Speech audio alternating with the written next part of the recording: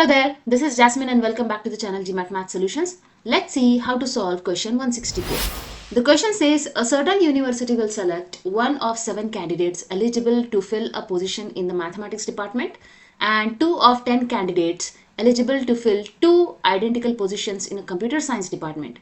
If none of the candidates is eligible for a position in both the departments, then how many sets, different sets of 3 candidates are there to fill the 3 positions. So first of all, for the maths position, 1 out of 7 eligible candidates can be considered. And for the computer science department, 2 out of 10 candidates can be considered to fill the 2 positions. Now, selecting means combination. So whenever you write, if you know the formula, that's NCR, that means selecting R out of N objects.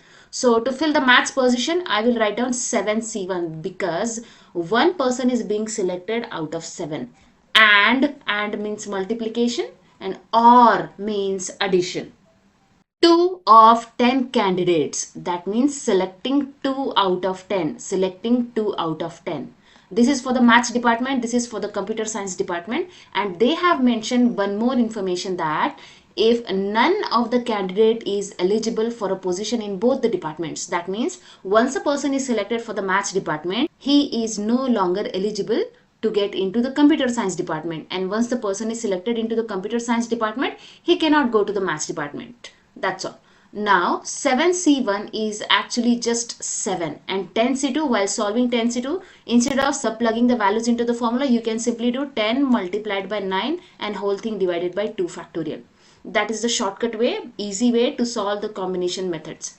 Because there's 2 here, so I will move 2 digits in backward direction starting from 10. So if I move backward, so I will write down 10 and 9, multiply those numbers and divided by whatever number given is here, that much of factorial. That's easy. Like for example, if they give you 5C3, what would you do?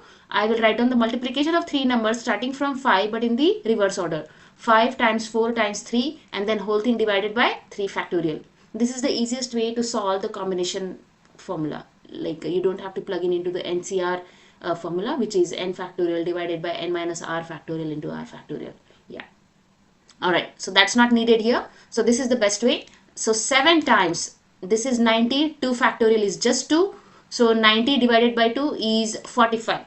And then after the multiplication, you will get 315. That's all. If you found this helpful, don't forget to like, share and subscribe. Thank you.